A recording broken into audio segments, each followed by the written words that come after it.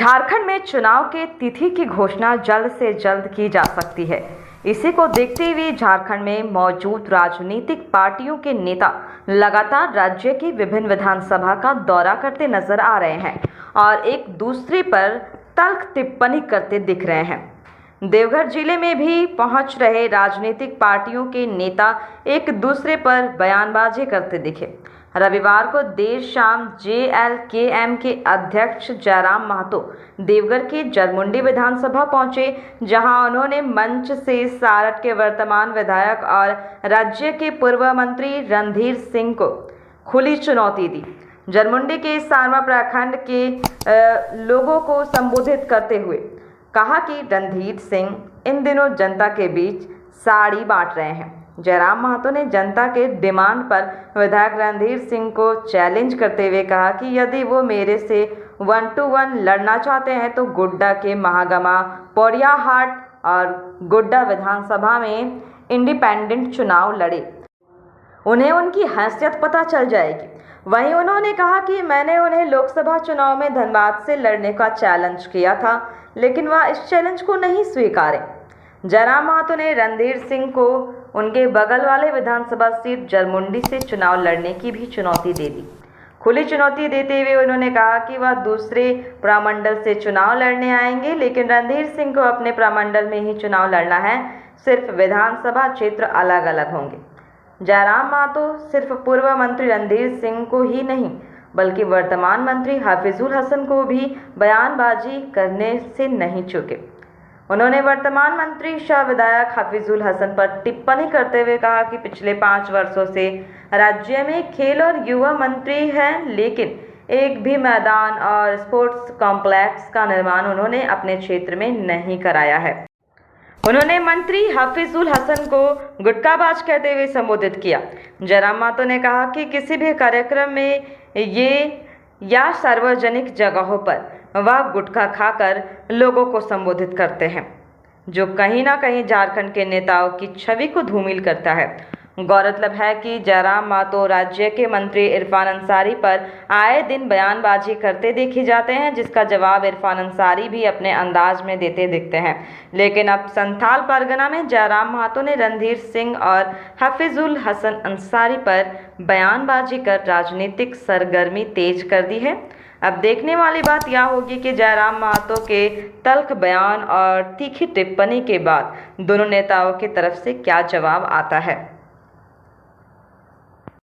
से खाए के बोला अगर मीडिया वाला ना रहता ना ऑफिसवा में तो बोतला हम टेबलवा में ना आए ठोकरो कपार में पटक दे। हमारा सीएम कैसा हो, हमारा सीएम कैसा हो, जैसा हो। बिल्कुल, अगर खाली कैमरा ना चलता तो कसम खाए के बोला यो पूरा हम बुढ़िया चल, लेकिन हमरा मालूम होला सर्वा कैमरा हमरा चल रहा लो, अभी भोटवा के टाइम हो, सारे नखनी लोड़ी सूत्री कर दब थुन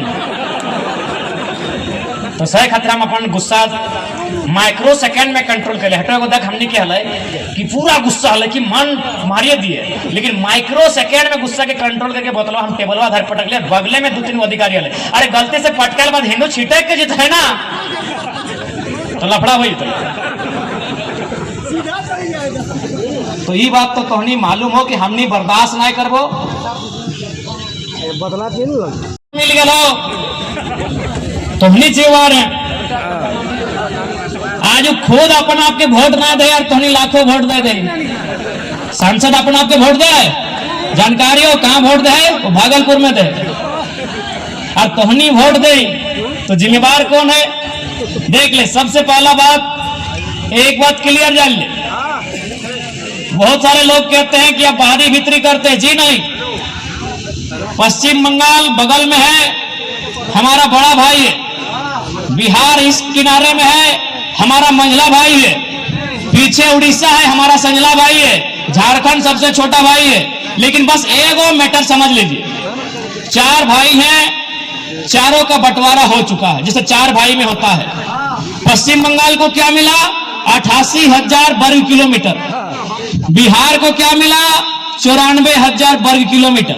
उड़ीसा को क्या मिला? 1,55,000 वर्ग किलोमीटर। झारखंड को क्या मिला? 79,000 वर्ग किलोमीटर। क्या आपके पास एक भी आंकड़ा है कि झारखंड का कोई शख्स कलकत्ता में, पटना में या भुवनेश्वर में जाके 1 इंच जमीन कब्जा किया है जबरदस्ती?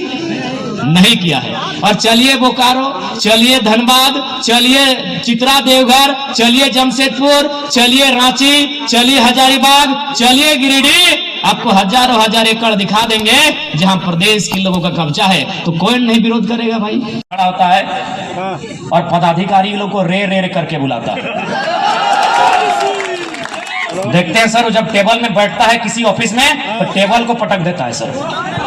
कैची छाप जिंदाबाद, जिंदाबाद, जिंदाबाद, कैची छाप जिंदाबाद, इसी तरह जिंदाबाद, जिंदाबाद। और एक घटना घटी थी चंद्रपुरा में, एक सोलर प्लांट लगने वाला था। पता नहीं अभी क्या हुआ, मुझे आइडिया नहीं। उस सोलर प्लांट जब लगने लगा तो गांव वालों ने विरोध किया कि जमीन हमारी है तो नौकरी हमें दीजिए। तो आपको भी मालूम है, गांव और कंपनी में जब भी लड़ाई होता है तो कंपनी वाले गांव वालों पे झूठा केस करते हैं डराने के लिए। वहां भी वही हुआ, लेकिन उसके मैनेजर ने एक बात कहा था, केस 21 लड़कों पे हुआ था और केस करने के बाद मैनेजर ने कहा था कि देख लीजिएगा, 4 तारीख का इंतजार कीजिए। केस हुआ था 1 जून को, केस की तारीख थी 1 जून 2024, लेकिन मैनेजर ने कहा था कि 4 तारीख तक इंतजार कीजिए, लोकसभा का रिजल्ट आने दीजिए, अगर जयराम महतो MP बन जाते हैं तो केस को वापस कर लीजिएगा, यदि जयराम महतो हार जाते हैं तो केस को आगे फॉरवर्ड कीजिएगा। जैसे ही हम 4 तारीख को चुनाव हारे, अभी भी डॉक्यूमेंट है, केस रजिस्टर है 1 तारीख का, वह टेनू घाट का कोर्ट पहुंचता है 5 तारीख को। मैनेजर को डर था कि अगर जयराम महतो जीत के आया तो पटक देगा वो। मैनेजर को वो यही बोला, तू लड़का पागल है, उसके बदन में हमको डर नहीं दिखता है। और भी लीडर है, किसी को बच्चों का डर है, किसी को पत्नी का डर है, किसी को जिंदगी का डर है, वो पागल है, उसके शरीर में डर नहीं दिखता है। वो जितना अधिकारी देखता है उतना रेस में बात करता है। जिंदाबाद, जिंदाबाद। ये घटना है चंद्रपुरा की। टोली में रहने नहीं देंगे और निश्चिंत रहिए, इस राज्य को सुंदर बनाने के लिए हम लोग कभी समझौता नहीं करेंगे। बड़े भाई हैं, भले वैचारिक मतभेद है, वो कल भी रहेगा। आयु में बड़े भाई हैं तो रणधीर भैया आपके बगल में आए हैं, बादल भैया से हिसाब किताब हो गया, लोग आपसे थोड़ा बात कर ले।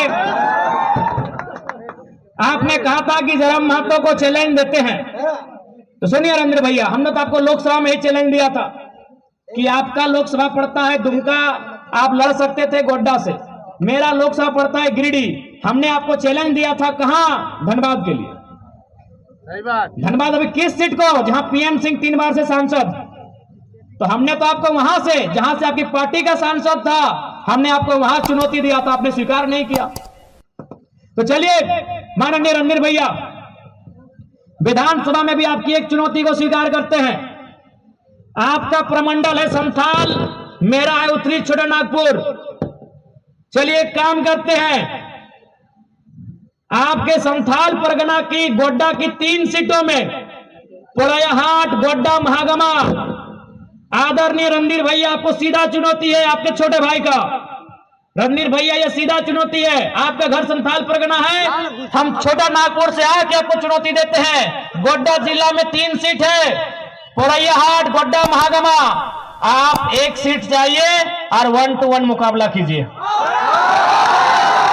ये गठबंधन हटाइए, आइए दोनों इंडिपेंडेंट आते हैं। चलिए आइए आपकी चुनौती को स्वीकार करते हैं। अरे क्या कर रहे हैं, साड़ी बांट रहे हैं, क्या कर रहे हैं? जनता लिख के दिया है कि रणधीर सिंह जी साड़ी बांट रहे हैं, टाइगर को रोकने के लिए साड़ी बांट रहे हैं, क्या कर रहे हैं रणधीर भैया? बताइए, साड़ी बांट रहे हैं। वाह वाह रणधीर भैया, हमको लगता है ये तो हम जरमुंडी में आए हैं, ये तो हम जरमुंडी में आए तो उनको साड़ी बंटवा दिए, यदि हम सारठ चल गए तो उनसे जींस बंटवा देंगे। हमको लग रहा है कि रणधीर भैया अगर हम सारठ चले गए तो आपको साथ जींस बांटना पड़े। तो चलिए कम से कम हमारा भाई लोग का दुर्गा पूजा में भला हो जाएगा। बताइए साड़ी कितना के साड़ी बांट लो? 300 रुपया पीस है वो, 100 टका 30 रुपया यार, की बोला इसलिए अब झारखंड के जनता के डिसाइड करना हो। आज मैया सम्मान योजना है, 1000 रुपया हमने बहनियन के, हमने बहन सब के 1000 रुपए, और परदेशियन के बेटी छुआ के 50,000 मिला हो। बताओ कहाँ के इंसाफ हो? तो नहीं बताओ ये कि इस भीड़ में हमने के दीदी सवाल पढ़ल लिखल नहीं लगे की? बताओ दीदी तो पढ़ कि नहीं? हाँ तोरे बोला हो सफेद लुगा क्या बताओ पढ़ल लिखल दीदी? हमने के दीदी की करा तो ना हमने के दीदी के अगर किस बार जरमुंडी का विधायक जेल कैंप का हो, जो भी हो जेल कैंप का हो, बस आपसे ये अभिलाषा रखते हैं। जय राम जय राम। के जिंदाबाद।